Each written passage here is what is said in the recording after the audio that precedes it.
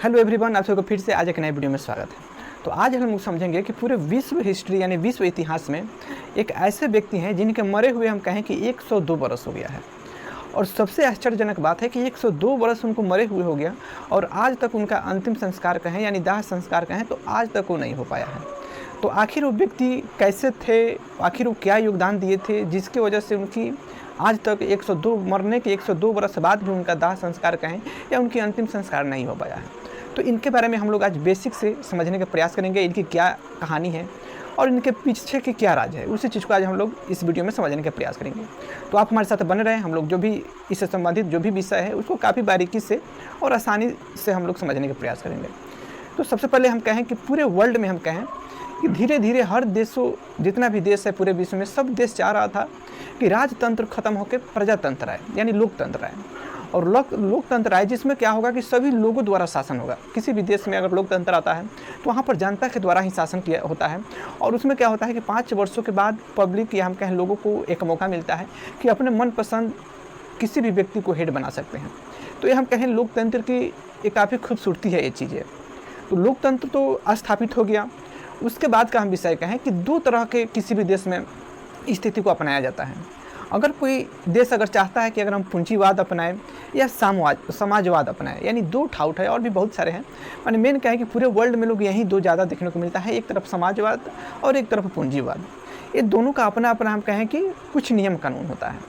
जैसे हम कहें कि पूंजीवाद कहता है कि हम पूरे वर्ल्ड में अगर पूंजीवाद आएगा तो जिससे क्या होगा कि जो भी देश अपने देश में पूंजीवादी व्यवस्था लाएगा उससे वहाँ के राजा क्या सोचेगा कि वो सिर्फ हमारा देश कैसे चले, यानी हम अपने देश के आर्थिक स्थिति के बारे में हम लोग मजबूत करने के विषय में सोचेंगे कि हमारा देश मजबूत हो। बाकी जो हम कहें कि चीज़ हो या किसी भी तरह के वस्तु हो या किसी भी तरह के सामान हो उसका रेट हम कहें कि मार्केट के मांग एंड सप्लाई पर निर्भर करता है।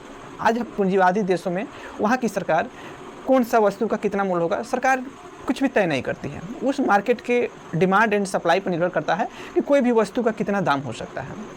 और इसी के हम कहें विपरीत जो समाजवाद देश है, यहाँ क्या होता है कि जो हेड बनते हैं यानी जो व्यक्ति हेड बन गए किसी देश के, उस व्यक्ति का जिम्मेवारी है कि देश में संबंधित जितने वस्तु हैं, हम कहें कि एक नमक जैसा चीज़ को ले लें, यानी नमक से लेके और महंगे से महंगे चीज़ पर क्या होता है सरकार का नज़र होता है कि कौन सी चीज़ पे कितना दाम होगा और किसका रेट कितना रहेगा, इससे ज़्यादा नहीं हो पाएगा। यानी जितना भी वस्तु है उस सभी का रेट हम कहें कि सरकार फिक्स करती है और उसमें हम कहें कि घाटा हो या चाहे नाफा हो, अगर सरकार कह देती है कि नमक 2 रुपये केजी बिकेगा कल से तो 2 रुपये ही बेचा मतलब सेल होगा।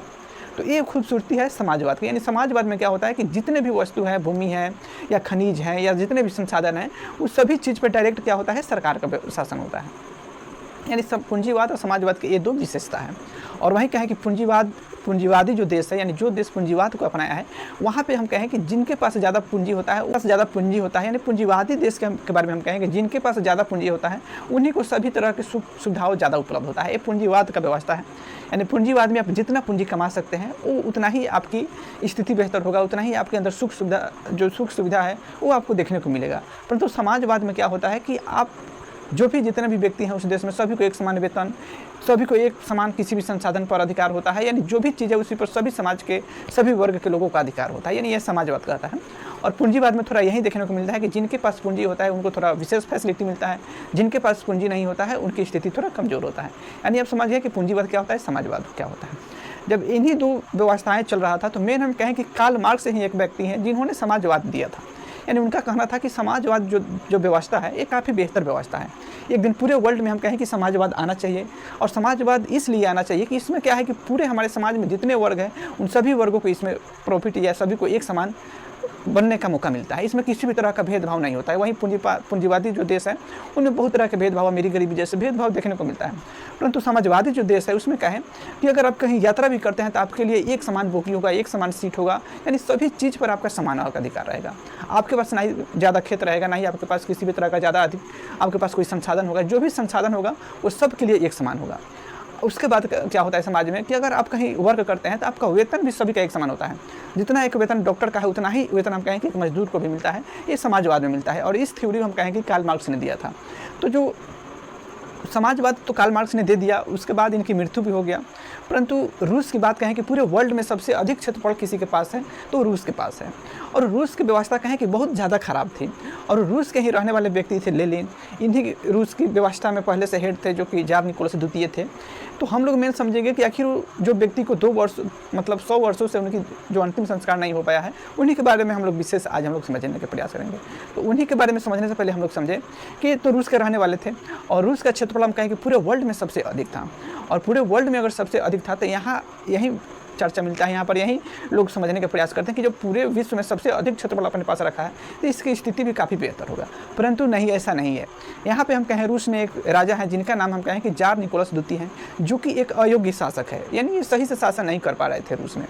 मेन बात कहें कि ये थोड़ा अपने पत्नी भक्त थे, और इनकी पत्नी थी जरीना, और जरीना भी एक पादरी के प्रभाव में थे। यानी उनके राज में जो पादरी थे जार निकोलस द्वितीय, पादरी के प्रभाव में थी इनकी पत्नी। जो पादरी कहते थे वो पत्नी करती थी, और जो पत्नी कहती थी वही राजा करते थे। तो आप समझ सकते हैं कि उस देश का स्थिति कितना बेहतर होगा। तो इनकी जो स्थिति थी रूस की काफ़ी ख़राब हो चुका था। 1904-05 में जो जापान कहें कि काफ़ी छोटा सा देश है, वो क्या किया कि 2004-05 में रूस को हरा चुका था। तो इसी से आप समझिए कि रूस का स्थिति उस समय कितना बेहतर होगा। जैसे तैसे चल रहा था इसी तरह। और जब हम कहें कि 1917 आया तो उस समय क्या हुआ कि धीरे धीरे लोग अब डिमांड कर रहे हैं कि किसी भी तरह से हम कहें कि जार निकोलस द्वितीय को हटाया जाए, और इसके जगह पर एक बढ़िया शासक को लाया जाए, जिससे हमारा देश की जो आर्थिक स्थिति है वो काफ़ी बेहतर हो जाए। उसी बीच में एक व्यक्ति आते हैं जो कि लेनिन इनका नाम होता है।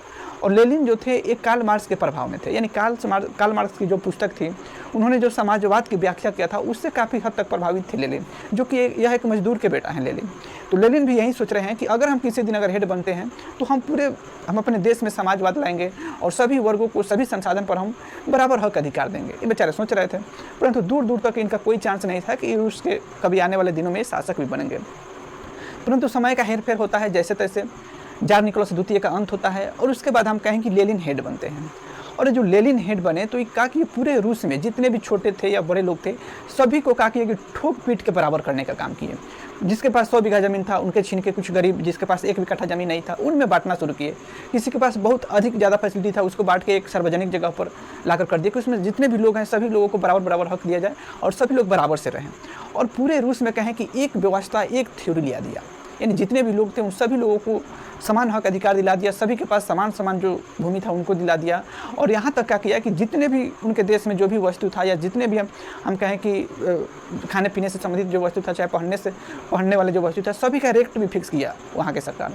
और वहाँ से क्या किया कि जितने भी मजदूर थे या जो भी इंजीनियर थे और डॉक्टर थे, उन सभी लोगों का वेतन समान कर दिया। जिससे क्या हुआ कि वहाँ के जो प्रजा थे वो काफ़ी प्रसन्न हुआ। वहाँ की गरीबी ज़्यादा थी वहाँ के लोगों को, तो सभी लोग चाह रहे थे कि इस तरह की व्यवस्था आखिर लेनिन काफ़ी कम समयों में कर दिया था। जिससे क्या हुआ कि इनके चाहने वाले लोग बहुत ज़्यादा थे लेनिन के। और संजोग कहें कि 1924 में ही लेनिन की मृत्यु हो जाती है। और जब इतनी अच्छी व्यवस्था रूस में ला दिया, और व्यवस्था वहाँ का काफ़ी एकदम सही तरीक़ा से चलने लगा, और वहाँ की स्थिति जब मजबूत होने लगा, उसी बीच क्या होता है कि लेनिन की मृत्यु हो जाता है।